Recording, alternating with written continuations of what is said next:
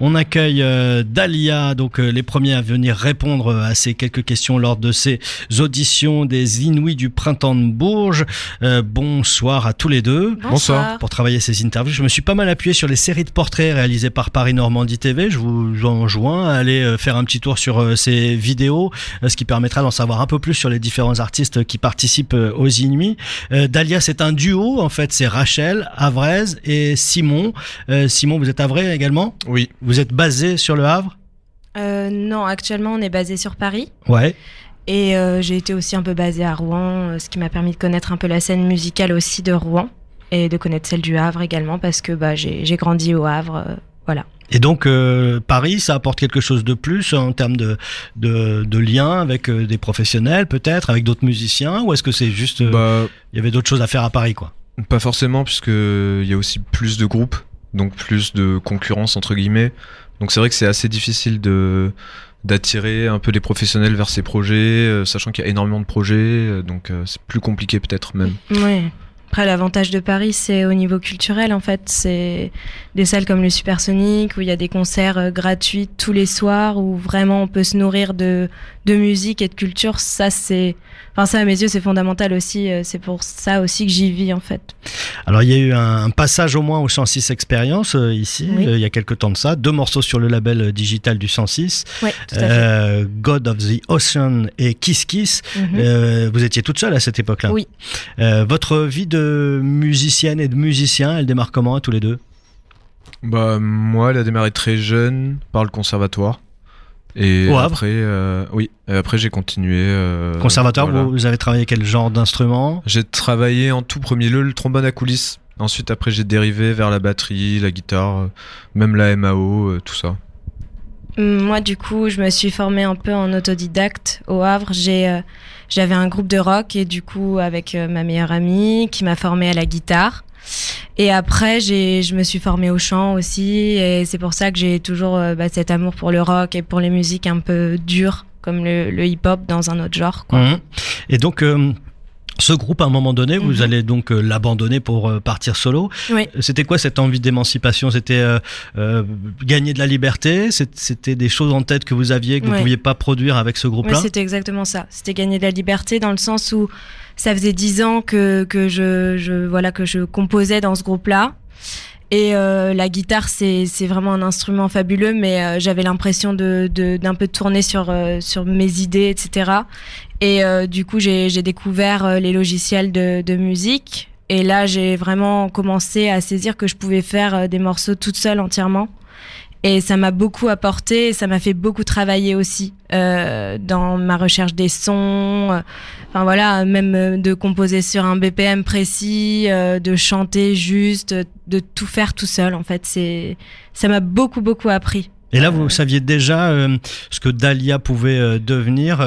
Vous connaissiez la direction que devait prendre votre musique, ou c'est quelque chose qui s'est fait sur la durée ? Je pense que ça s'est fait sur la durée, même beaucoup plus longtemps que ce que je peux me le représenter certainement, dans le sens où j'ai écouté beaucoup de groupes différents, tout le temps à écouter des nouvelles choses. Et ça, je pense que c'est le point le plus important, c'est que là, aujourd'hui, on a une direction qui est même un peu différente de God of the Ocean et de Kiss Kiss à l'époque où je les ai composés. Je pense que notre rencontre y a fait aussi quelque chose.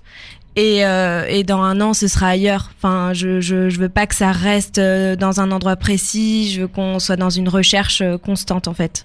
Simon, vous avez l'impression d'amener quoi, vous, quand vous avez rencontré Rachel et que vous avez commencé à travailler ensemble ? À la base, c'était vraiment pour le live, pour avoir un effet visuel aussi, qu'elle soit pas toute seule. Et que moi, je sois derrière des machines ou la batterie, ou que ça apporte vraiment quelque chose sur du live. Et après, au niveau de direction, je pense que c'est plus des influences, mes influences, que je lui fais écouter, et on travaille plus comme ça, en fait. Parce qu'on écoute vraiment des styles différents tous les deux, donc je pense que ça nous fait converger vers des trucs un peu plus hybrides ou plus intéressants, en fait. Mais j'imagine que ça vous a parlé déjà, l'univers de Dahlia au départ, quoi. Oui, bien sûr. Qu'est-ce que vous en avez pensé quand vous avez entendu ce son ? Qu'est-ce que vous lui avez dit quand vous êtes allé la voir, ou quand elle est venue vous voir ? Je sais pas. Vous avez parlé de musique ? C'était très drôle. Oui, on a parlé de musique, on a parlé de nos influences et tout ça. Et c'est vrai que moi, j'étais assez intéressé par le projet, en fait, parce que j'avais déjà une idée de ce qu'on pouvait faire, en fait, j'avais déjà dans ma tête la direction que je voulais prendre, en tout cas, Et après, c'est vrai que voilà, on est allé vers une nouvelle direction petit à petit. Avec des boîtes à rythme aussi on que tu as apporté. On a travaillé un peu différemment en fait. Mais c'est juste plus intéressant aussi que de bosser tout seul et de se dire bon voilà, j'ai fait ça, c'est mon idée. Et ça apporte juste un point de vue neuf sur un projet, je pense. J'avais pas du tout envie de travailler toute seule. C'est aussi pour ça que j'ai contacté Simon. Enfin, moi, je me vois pas travailler toute seule et composer toute seule. Je pense que c'est toujours enrichissant d'avoir des oreilles supplémentaires, de faire des mixings avec des personnes, des masterings avec d'autres, changer d'oreille, enfin voilà, pour avoir un autre regard sur ce projet artistique-là. Et donc, c'est vous qui êtes allé chercher Simon. Ouais. Et pourquoi est-ce que vous êtes allé le chercher ? On me l'a conseillé en fait en tant que batteur. Moi, je cherchais quelqu'un d'assez ouvert. Et bon, je suis allée un peu rôder sa page de Facebook. Il était très drôle d'ailleurs quand il est arrivé. Enfin, il avait des lunettes comme ça énormes. Enfin, c'était. Moi, je cherche vraiment l'originalité aussi chez les gens. Et tout de suite, ça m'a parlé. Et je pense que c'est le seul batteur que j'ai rencontré. Donc voilà, c'était le bon et voilà. Bon, alors même si vous voulez pas rester figé dans une forme, dans une couleur, etc. Sur le petit texte de présentation, on lit Dahlia explore les nuances sombres et caverneuses de la musique électronique et psychédélique fondée sur un univers mélancolique, singulier et mystique. Il vient d'où cet univers ? Est-ce que vous avez des films, de la musique, des lectures particulières, des choses que vous partagez ensemble ? Comment vous allez piocher et où vous allez piocher ? Moi, c'est vraiment partie de mon amour véritable pour le psyché, la musique psyché. Quand j'entends psyché, c'est vraiment des groupes, comme les Black Angels, The Cult of Dom Keller, vraiment des influences où il y a énormément de réverb, d'effets sonores et des voix très graves. Moi, c'est quelque chose que j'avais beaucoup retrouvé dans les groupes où des hommes chantaient. Et moi, j'adore cette voix grave et je suis un peu fatiguée d'entendre des chanteuses toujours en train un peu de couiner. Et moi, j'ai pas envie, en fait. Donc, c'est vraiment ça que j'avais envie de rechercher dans cette sonorité un peu mystique, un peu dure parfois aussi. Voilà, c'est les thèmes après qui approchent cette musique. Il y a beaucoup d'angoisse, voilà, de thèmes aussi en lien avec la psychanalyse, parce que je suis très intéressée, la psychologie. Donc c'est vraiment un projet qui fait partie de moi et que j'ai partagé aussi avec Simon et je pense qu'il trouve son compte dans cet univers-là. Alors c'est vrai, on sent effectivement le côté un peu mystique. Les musiques psychées le sont déjà un peu dans la forme quasiment que ça nous fait vivre, ce que ça nous fait vivre en tout cas. Mais vous, votre aspect, la vision mystique que vous avez dans tout ça, elle serait laquelle ? Moi, j'aime beaucoup les références qui se croisent, comme par exemple, je dirais un mélange entre les Black Angels et M.I.A, par exemple, où vraiment elle a des influences aussi du Sri Lanka, enfin voilà, M.I.A j'ai beaucoup écouté, ou d'autres groupes comme ça, où il y a vraiment un côté mystique qui m'a accroché au niveau aussi de ce que ça pouvait symboliser. Avec des représentations d'angoisse, des représentations de folie. Voilà, donc c'est vraiment... c'est ça que ça représente pour moi. L'EP devait sortir en janvier. Il est sorti, il sort quand ? Non, il sort début février. Début février. Donc voilà, c'était fin janvier, début février. Qu'est-ce qu'on va trouver sur cette EP ? Alors, il y a 12 chansons. Vous l'avez travaillé dans un endroit particulier ? On l'a fait en home studio. Home studio, ouais. Voilà. Donc, on a travaillé beaucoup ensemble dessus. Il y a aussi d'autres personnes qui ont travaillé dessus dans le mix, Adrien de Mankins. On a eu aussi Robin Plante. On a eu un ami à toi sur le master. Voilà. Il y avait une ligne directrice dans cette EP ou Je dirais qu'il y en a plusieurs quand même. Il y en a plusieurs. Bah parce que les morceaux ont été enregistrés à des moments différents dans le temps en fait. Donc on peut déjà sentir, je pense, l'évolution du projet au sein même de l'EP. Ouais. Mais le but c'est qu'il n'y ait pas trop de fractures non plus. Donc c'est pas de faire un EP où tous les titres sont vraiment différents. Donc il y a quand même une certaine atmosphère ambiante, je pense. Oui. Mais il y a quand même...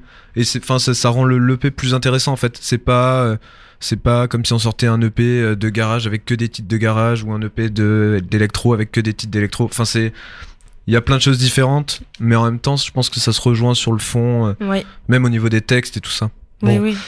on découvrira ça donc début février. Dalia, donc ce soir, vous serez sur la scène. C'est vous qui allez fermer la soirée, dernier concert, vers 22h20. C'est une opportunité particulière, Bourges, où ça fait partie d'un cheminement et de rendez-vous réguliers qu'on peut avoir avec la profession aujourd'hui. Bah oui, c'est un peu pour ça. Après, c'est vrai qu'en France, c'est toujours intéressant de faire ce genre de tremplin, en fait, parce que énormément de groupes y sont passés, donc c'est assez reconnu. Et puis, mine de rien, ça nous fait jouer sur une belle scène devant beaucoup de monde qui nous aurait peut-être jamais vus. Donc, c'est vrai que c'est une opportunité. Puis aussi, au niveau professionnel, encore une fois, pour rencontrer des gens... tourneurs, managers... Voilà.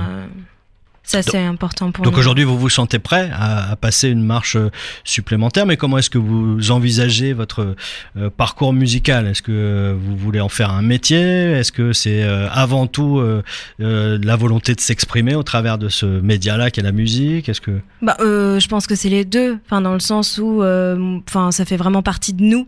On passe quand même les 3/4 de notre vie à faire de la musique, donc c'est vraiment important pour nous. Oui, si j'ai l'opportunité d'en faire ma carrière, j'en ferai ma carrière. Mais moi, je vois aussi, en fonction des opportunités qui se présenteront. Merci Dalia d'avoir été avec nous. Merci. Les éditions du Printemps de Bourges au 106 à Rouen, ça démarre avec Awa Lemen dans quelques instants, une Rouennaise qui a commencé à écrire ses premières chansons à l'âge de 12 ans, autodidacte, pianiste, elle travaille à la maison elle aussi beaucoup sur son home studio. En mars, elle a sorti un EP volume 1 et elle a participé au Canada au Toronto R&B Sound ou encore à la Canadian Music Week. On aura l'occasion de discuter un peu avec elle tout à l'heure. De retour en France, Awa a sorti un clip intitulé Pop Pop le 28 novembre dernier. Elle est la première donc à monter sur scène pour ces auditions du Printemps de Bourges. Et a priori, ça devrait pas tarder à démarrer sur la grande scène du 106.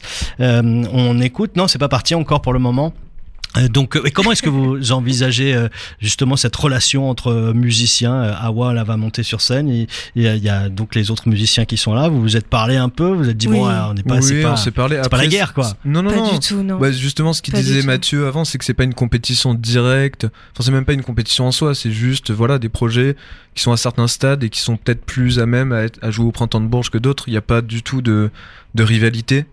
Et c'est ça qui est cool aussi, on va faire une bonne soirée, il va y avoir du monde et puis voilà, il n'y a pas de... C'est des projets qu'on estime en plus, je veux dire, on les connaît, on a déjà écouté, on s'y est intéressé, donc oui, c'est là l'avantage, c'est que je pense qu'on va tous passer une bonne soirée en fait, ça va être la bonne entente normalement. C'est assez enrichissant en plus, j'imagine, de voir ce qui se passe, que font les groupes à repérer en ce moment. Et le fait d'être comme ça, mis en lumière et d'être justement un groupe qu'on décide de mettre en avant, que certains professionnels de la région en tout cas décident de mettre en avant. Ça, j'imagine que ça donne un coup de boost. On se dit ça vaut le coup ce qu'on fait, c'est entendu en tout cas. Ça fait très plaisir. C'est quand même une reconnaissance qui est importante pour nous, je pense. Voilà. Et ça met aussi un petit coup de pression, mais on espère qu'il sera positif. Bon, vous serez sur la scène tout à l'heure à partir de 22h20. On va écouter un petit morceau, peut-être en attendant que ça démarre, puisqu'apparemment ça met un petit peu de temps à démarrer. Awa Lemen qui va dans quelques instants être sur la scène. On va la retrouver tout à l'heure. On écoute un peu de son dans Radio Lomax, toujours en direct du 106 pour les auditions des Inuits du Printemps de Bourges. Try to find a way to get out of here I can just pretend today.